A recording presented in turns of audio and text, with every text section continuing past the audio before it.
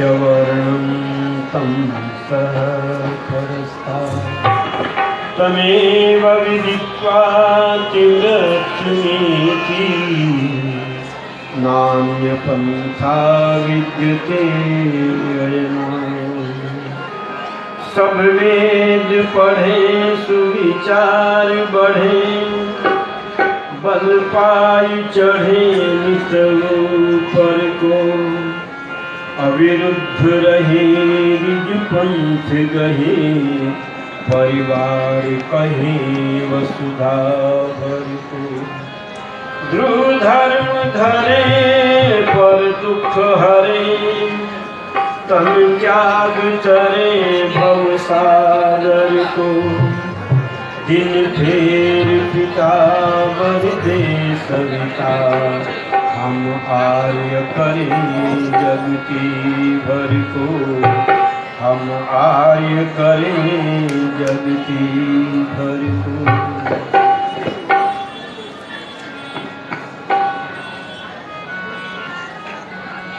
जिन पुरुषों का मन करता है विद्या में विलास उनके मन में हो जाता है विद्या का प्रकाश।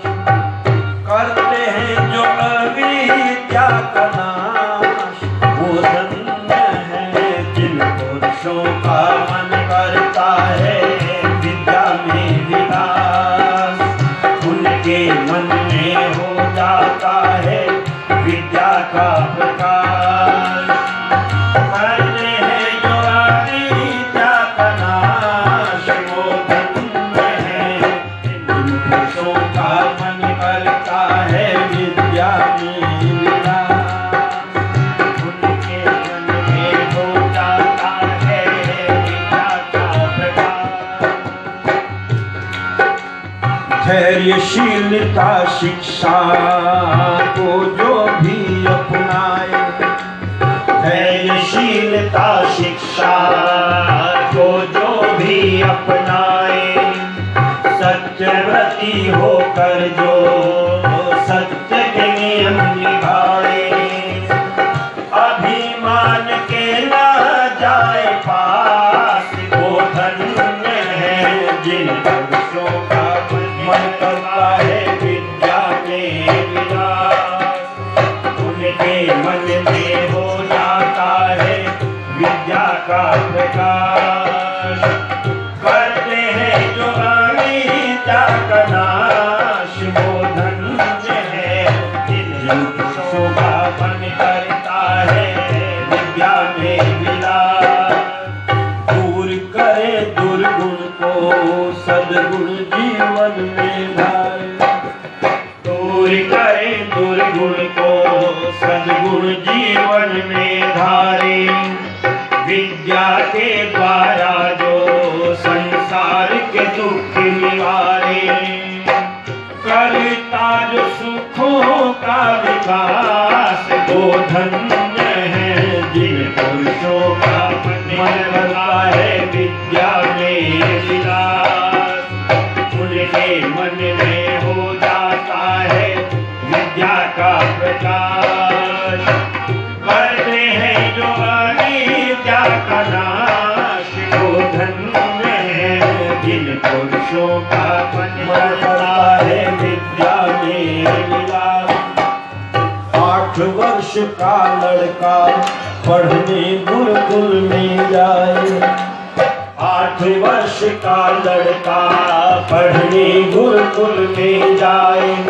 कन्या गुरुकुल में लड़की भी अपना नाम लिखाए। योग्य आचार्यों के पास वो धन्य है। जिन पुरुषों का मन करता है विद्या में विलास उनके मन में हो जाता है विद्या का प्रकाश। करते हैं जो अविद्या का नाश वो धन्य है। जिन पुरुषों का मन करता है विद्या में विलास। वैदिक विराजमान उपस्थित विद्वान मंडल सम्मान की मात्र शक्ति, उपस्थित आर्यभद्र पुरुषों, अभी आप शास्त्री जी से बहुत सुंदर चर्चा सुन रहे थे। हम सेवा, स्वाध्याय, सत्संग करें, पर मैं आपसे पूछना चाहता हूं, इनको करने से क्या होगा? तो कहते हैं सेवा करने वाला जो व्यक्ति होता है वो अभिमानी नहीं होता। जो स्वाध्याय करने वाला होता है वो अविद्या से दूर हो जाता है, और जो सत्संग करता है वह भी अविद्या से बच जाता है। क्योंकि वेद में आता है मनुष्य के जीवन में सबसे बड़े दो शत्रु हैं।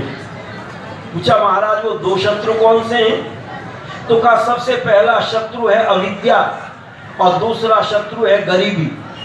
आप में से कोई गरीब रहना चाहता है क्या? अच्छा, मूर्ख रहना चाहता हो कोई? ना तो मूर्ख रहना चाहता है ना कोई गरीब रहना चाहता है, क्योंकि ये मनुष्य के सबसे बड़े शत्रु हैं। इनको दूर करने का प्रयत्न करते रहना चाहिए। महाभारत में भी एक घटना आती है। भीष्म पितामह से युधिष्ठिर पूछते, दादा ये बताओ मनुष्य का सबसे बड़ा शत्रु क्या है? आज किसी से पूछो तुम्हारा शत्रु कौन है, तो 10 नाम गिना देगा, मेरा वो भी शत्रु, वो भी शत्रु, वो भी शत्रु। पर वो शत्रु नहीं है। आप कहेंगे फिर कौन है शत्रु? तो भीष्म पितामह कहते हैं मनुष्य का सबसे बड़ा शत्रु मैं एक ही मानता हूं, और उस शत्रु का नाम है अविद्या। अविद्या ही मनुष्य का सबसे बड़ा शत्रु है। इसलिए स्वामी दास जी महाराज ने भी उस शत्रु को देखा और वेद से लेकर के महाभारत तक के इतिहास को पढ़ करके देखा।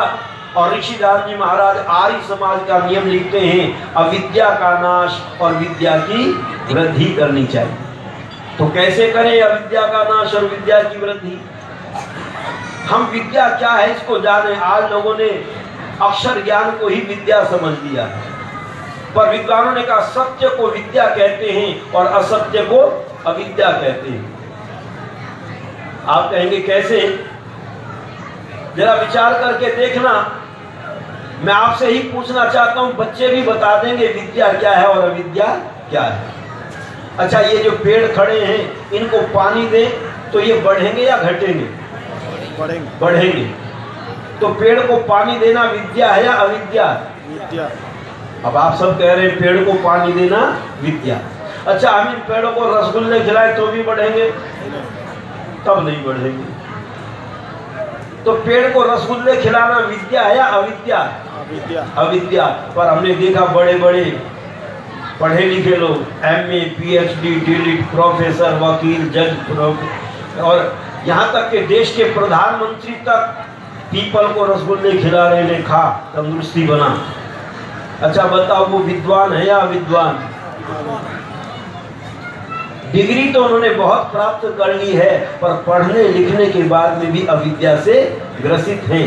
इसलिए ऋषिदास जी महाराज से पूछा, महाराज अविद्या क्या है? कहते जड़ को चेतन मान लेना और चेतन को जड़ मान लेना, ये अविद्या है। आइए एक अविद्या की चर्चा आपके बीच में करना चाहता हूँ।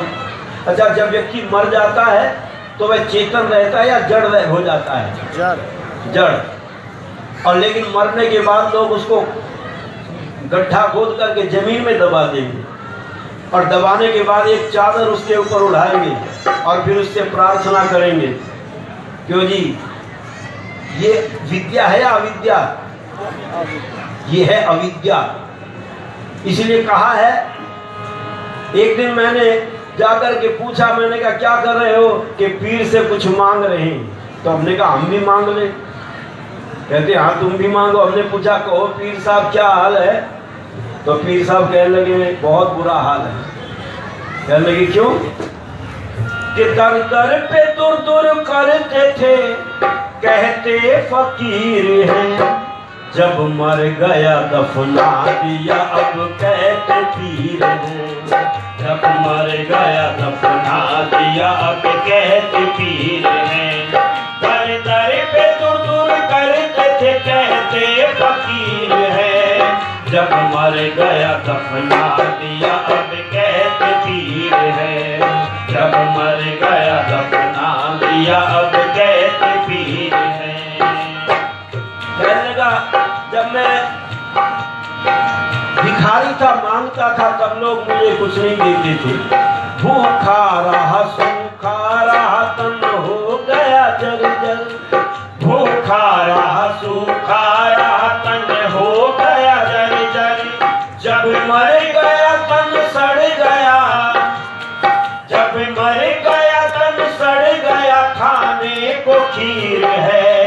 जब मर गया दफना दिया कैद पीर है, जब मर गया दफना दिया अब कैद पीर है। दर दर पे दूर दूर करते थे कहते फकीर है, जब मर गया दफना दिया अब कैद पीर है, जब मर गया दफना दिया अब कैद पीर है। जब मैं भूखा रहता था, लोगों से रोटी मांगता था, एक भिखारी गया सेठ जी के पास में, सेठ जी कुछ खाने को दे दो, कि चल चल यहाँ खाने को नहीं है। तो सेठ जी कोई कपड़ा दे दो, सर्दी लगती है। का भाग, यहाँ कपड़ा भी नहीं है। का सेठ जी कुछ पैसे दे दो, मैं बाजार से खरीद लूंगा, कि भाग, यहाँ पैसे भी नहीं है। भिखारी ने कहा फिर तुम भी कटोरा उठाओ, मेरे साथ चलो, फिर यहाँ क्यों बैठे? कहते जब मैं मांगता था तब लोग मुझे नहीं देते थे। और क्या स्थिति थी? फिरता था फटे हाथ में सर्दी में ठिठुरता, फिरता था फटे हाल में सर्दी में ठिठुरता, मरते ही मेरे कब्र पर, मरते ही मेरे कब्र पर रेशम के चीर है, जब मर गया दफना दिया अब कैद पीर है, जब मर गया दफना दिया अब कैद पीर है। दर दर पे दूर दूर करते थे कहते फकीर है, जब मर गया दफना दिया अब कैद पीर है, जब मर गया दफना दिया अब कैद पीर है। जब मैं नंगा घूमता था तब लोग मुझे कपड़ा नहीं देते थे। क्यों जी, कोई ऐसा नौजवान है आपके शहर में जिसकी नौकरी लगी हो और उसने कहा हो पिताजी मेरी नौकरी लग गई है, पहली तनख्वाह मिली है, ये चादर आपके लिए लाया हूं, उसको ओढ़ना? दी किसी ने ला करके? नहीं देते। चादर तो देते हैं, पर कब देते हैं? जब पिताजी मर जाते हैं तब लाते हैं। लो पिताजी अब ओढ़ करके जाओ, अब कहीं सर्दी ना लग जाए रास्ते में कहीं। और पिताजी के ऊपर चादरों के ढेर लगा देते। पर नहीं, आर्य समाज जीते जी चादर उड़ाता है। क्यों जी, सम्मान किया खुशहाल चंद जी का, चादर उड़ाई कि नहीं? जीते जी उड़ाई या मरने के बाद में? पता चला जो जीते जी अपने माता पिता का, बड़ों का सम्मान करते हैं, समझ लो उनका जीवन धन्य हो जाता है। इसलिए विद्वान ने कहा लोग मरने के बाद में चादर उड़ाते हैं। ये माता बहनें भी कमाल करती हैं। जब तक बूढ़ा जीवित रहेगा ना तब तक बच्चे को डराएंगे और कहती है बाबा के पास मत जाना, बाबा को टीवी है, दमा है, सांस है, खांसी है, बीमार हो जाएगा, बाबा के पास मत जाना। और जब मर जाता है तब उंगली पकड़ करके लाती है, बाबा के पैर छू ले, बाबा से आशीर्वाद ले ले, बाबा को नमस्ते कर ले। मैंने कहा अब ये आशीर्वाद देगा? ये अविद्या है, ध्यान रखना। ऋषि दयानंद कहते हैं चेतन को चेतन मानना और जड़ को जड़ मानना ये विद्या है, और जड़ को चेतन मानना और चेतन को जड़ मानना अविद्या है। फिरता था फटे हाथ, अच्छी नहीं लगती थी सूरत मेरी जिनको, अच्छी नहीं लगती थी सूरत मेरी जिनको। अब उनकी तिजोरी में, अब उनकी तिजोरी में मेरी तस्वीर है। जब मर गया दफना दिया कैद पीर है, जब मर गया दफना दिया अब कैद पीर है। दर दर पे दूर दूर करते थे कहते फकीर है, जब मर गया दफना दिया अब कैद पीर है, जब मर गया दफना दिया अब कैद पीर है। अच्छा, भिखारी की सूरत अच्छी लगती है क्या लोगों को? कभी देखना ध्यान से, मैं हर एक बात को बड़े बारीकी से देखता हूँ। रेलगाड़ी में, बस में कोई भिखारी आ जाए तो कुछ लोग तो खिड़की की तरफ को देखने लगते हैं जैसे ध्यान ही नहीं, और कुछ लोग आंख बंद करके पीछे लग करके बैठ जाते हैं जैसे बहुत गहरी नींद आ रही है। और भिखारी निकल जाएगा एकदम आंख खुल जाएगी, एकदम नींद भाग जाएगी। पता चला हम भिखारी की सूरत देखना भी पसंद नहीं करते। और जब वही भिखारी मर जाएगा तब उसके फोटो खिंचवा करके और गले में लॉकेट बना करके पहनते। उसके फोटो को गले में रखते हैं, तिजोरी में रखते हैं। मैंने देखा एक सेठ जी ने फोटो रख रखी तिजोरी में। मैंने कहा सेठ जी ये फोटो तुम्हारे पिताजी की है? कहते नहीं पिताजी की नहीं है। हमने कहा तुम्हारे दादाजी की होगी? कहते नहीं दादाजी की भी नहीं है। तो हमने कहा और किसकी है? कि पीर साहब की है। मैंने कहा पीर साहब तुम्हारे फूफा जी लगते थे, इनकी तस्वीर क्यों रख रखी है? कहते तुम नहीं जानते, पीर साहब की फोटो गले में रखने से तिजोरी कभी खाली नहीं होती। तो मैंने कहा दुकान को ताला मार दो, क्या जरूरत है दुकान करने की, अब तो तिजोरी खाली नहीं होगी कभी। ये धारणा बन जाती है, ये इसी का नाम अविद्या है। हमारे यहाँ तो कहा करते थे पुरुषार्थ इस दुनिया में सब कामना पूरी करता है, मनचाहा फल उसने पाया जो आलसी बन के पड़ा है। पर आज पीर साहब की फोटो से तिजोरी भरना चाहते हैं। और ये अविद्या जब तक रहेगी तब तक मनुष्य जीवन में दुखी रहेगा, परेशान रहेगा। इसलिए विद्वानों ने कहा मांगे से भी एक रुपया देता न था कोई, मांगे से भी एक रुपया देता न था कोई। 100-100 के नोट डालता, 100-100 के नोट डालता हर एक राहगीर है। जब मर गया दफना दिया कैद पीर है, जब मर गया दफना दिया कैद पीर है।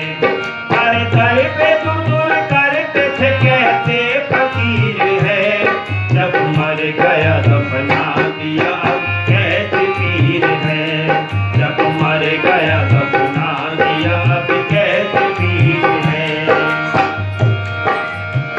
जब मैं मांगता था तब लोग मुझे रुपया भी नहीं देते थे, और अब मैं मर गया तो 100-100 के नोट फेंक करके जाते हैं, लो पीर साहब मेरी ये कामना पूरी हो जाए। पर आज मुझे पता चला वेद का सिद्धांत जो है वो सत्य सिद्धांत है। वेद का सिद्धांत सत्य सर्वमान्य है, वेद का सिद्धांत सत्य सर्वमान्य है। करता नरेश दत्त सदा, करता नरेश दत्त सदा जिसकी तकदीर है।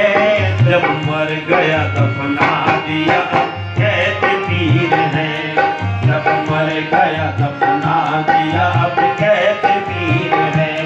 कर कर के तुम करके थे कहते फकीर है, जब मर गया दफना दिया अब कैद पीर है, जब मर गया दफना दिया अब कैद पीर है। पूछा ये अविद्या मनुष्य का शत्रु है, तो इस अविद्या से कैसे बचें, इसका उपाय क्या है, तरीका क्या है? क्योंकि याद रखना आर्य, मैंने रात कहा था आर्य समाज एक डॉक्टर है, लेकिन 2 तरह के डॉक्टर, 3 तरह के डॉक्टर आपने देखे होंगे। शहर में देखना ध्यान से, जो हम कहते हैं वो शहर में ध्यान से देखना। एक डॉक्टर तो वो है जो मर्ज को जानता है पर दवाई उसके पास में नहीं होती।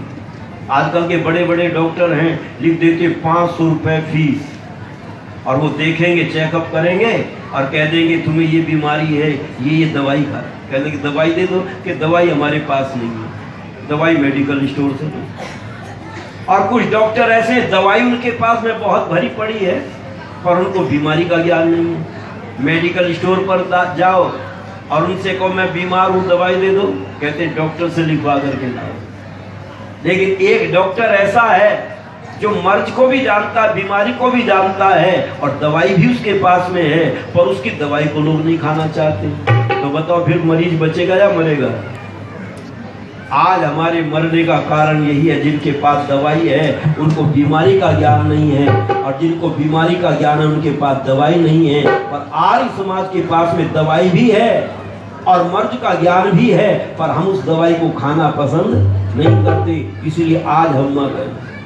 वेद में जहां बीमारी लिखी है वहीं पर दवाई भी लिखी है। पूछा इस अविद्या से कैसे बचा जाए, तो कहते नित्य स्वाध्याय और सत्संग के द्वारा व्यक्ति अविद्या से बच जाता है। इसलिए अपने जीवन को सुखी बनाना चाहते हो तो एक ही उपाय है, कि मानव चोले को सफल बना ले इस तदबीर से, आखिर कोई रह ना जाए शिकवा तकदीर से, आखिर कोई रह ना जाए शिकवा तकदीर से। मानव चोले को सफल बना ले इस तकदीर से, आखिर कोई रह ना जाए शिकवा तकदीर से, आखिर कोई रह ना जाए शिकवा तकदीर से। संतों का संग करके ऐबों से जंग करके वाणी का बाण ले, संतों का संग करके ऐबों से जंग करके वाणी का बाण ले, मन को मतंग करके भक्ति में रंग करके सत की कमान ले, सत की कमान ले। दुष्कर्मों का सीना छलनी कर करनी के तीर से, आखिर कोई रह ना जाए शिकवा तकदीर से, आखिर कोई रह ना जाए शिकवा तकदीर से। यदि तुमने सत्संग किया तो सत्संग करने से तुम अविद्या से बच जाओगे। और सत्संग उसी को समझना जिसको मैंने रात बताया था। सत्य को ग्रहण करना सत्संग है और असत्य को ग्रहण करना कुसंग है। और अगर सत्संग न किया, सत्य को ग्रहण न किया तो क्या होगा? आखिर पछताएगा तू, रोए चिल्लाएगा तू, होगा मजबूर फिर। आखिर पछताएगा तू, रोए चिल्लाएगा तू, होगा मजबूर फिर। ठोकरे खाएगा तू, राही रह जाएगा तू, मंजिल से दूर फिर, मंजिल से दूर फिर। जकड़े हैं पाँव क्यों मोह माया की जंजीर से, आखिर कोई रह ना जाए शिकवा तकदीर से, आखिर कोई रह ना जाए शिकवा तकदीर से। मानव चोले को सफल बना ले इस तदबीर से, आखिर कोई रह ना जाए शिकवा तकदीर से, आखिर कोई रह ना जाए शिकवा तकदीर से। और पूछा गरीबी को दूर करने के लिए क्या करें? तो वेद कहता है यदि तुम गरीबी को दूर करना चाहते हो तो उसका भी उपाय है।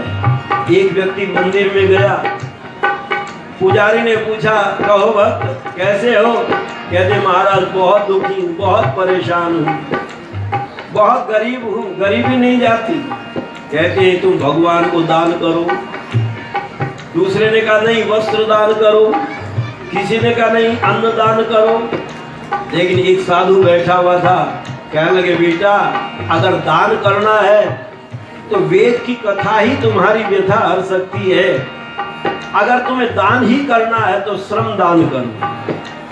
श्रमदान अर्थात मेहनत करो, पुरुषार्थ करो, क्योंकि पुरुषार्थी व्यक्ति कभी निर्धन नहीं रहता। और इसलिए वेद ने कहा कर्म कमाने वाला भाग्य बनाने वाला सचमुच तो आप है। कर्म कमाने वाला भाग्य बनाने वाला सचमुच तो आप है। स्वर्ग सजाने वाला नरक बनाने वाला सचमुच तो आप है, सचमुच तो आप है। स्वार्थ की काट जड़े परमार्थ की शमशीर से, आखिर कोई रह ना जाए शिकवा तकदीर से, आखिर कोई रह ना जाए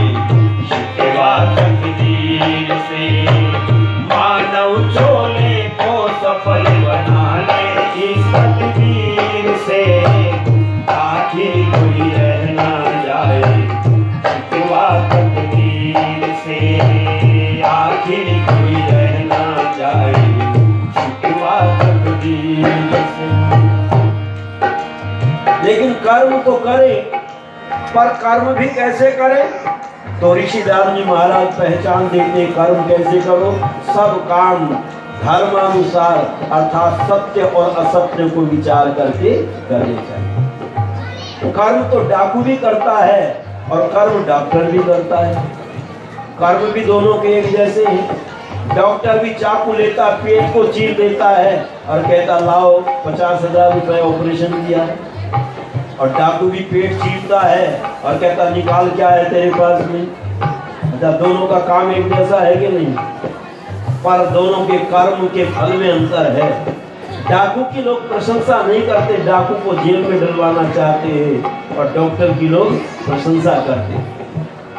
पता चला जो कर्म दूसरों को सुख देने के लिए किया जाता है वह धर्म का काम होता है, और जो दूसरों को दुख देने के लिए किया जाता है वह अधर्म का काम है।